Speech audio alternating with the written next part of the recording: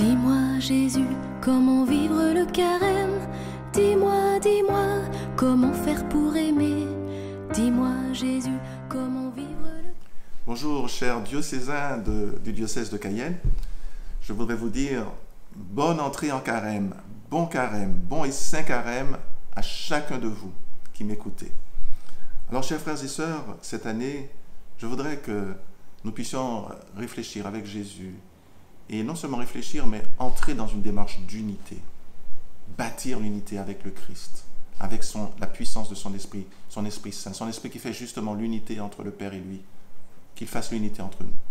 Cette année, l'Église nous conduit à faire véritablement un parcours qui doit nous conduire à la divinisation, c'est-à-dire à notre entrée dans la gloire de Dieu, dans la gloire du Père, dans le Fils, par le Fils et dans l'Esprit. Alors, frères et sœurs, le premier dimanche de carême va nous parler de conversion. Comment résister à la tentation? Comment repousser la tentation avec le Christ? Et c'est très important, évidemment, parce que nous savons que nous sommes assaillis par les tentations, mais nous sommes vainqueurs dans le Christ. Ensuite, l'évangile suivant va nous conduire sur la montagne de la transfiguration pour nous encourager, pour nous dire, voilà là où vous êtes attendus. Vous êtes attendus pas seulement sur une montagne, mais dans le royaume du Père, dans les cieux. Vous êtes attendus là, et vous aussi, vous serez lumière, c'est-à-dire vous serez dans la gloire, dans la lumière de Dieu, vous partagerez la vie de Dieu. Et pour accéder à ce royaume éternel, il y a un chemin à parcourir.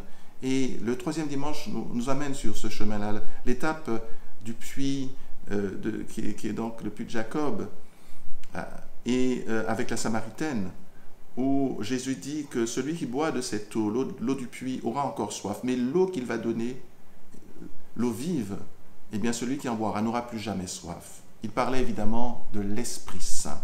Et c'est de lui dont nous avons besoin pour réussir à parcourir ce chemin qui mène au Père.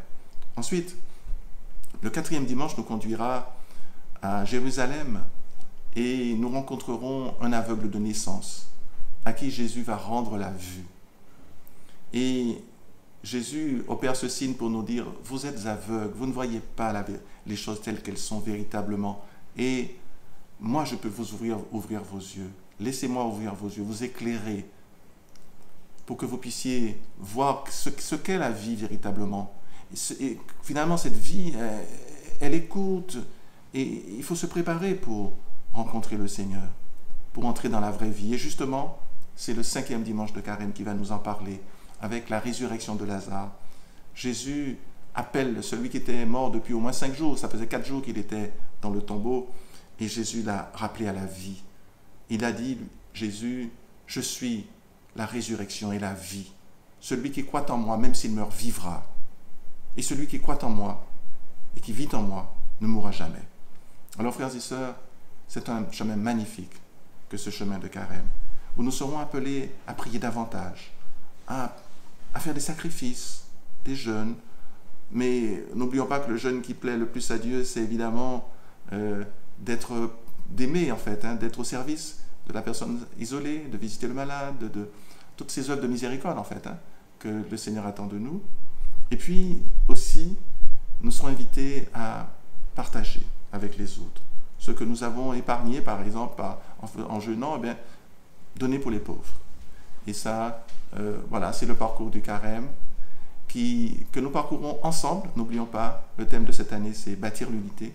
Le Seigneur veut sauver un peuple qui vit l'unité, non pas de chaque individu, chacun pour soi et Dieu pour la compagnie, non mais il veut nous sauver ensemble. Et pour cela, il faut que nous bâtissions ensemble, avec lui, par la puissance de l'Esprit, l'unité qu'il veut pour nous. Amen. Comment vivre le carême? Dis-moi, dis-moi ce que je peux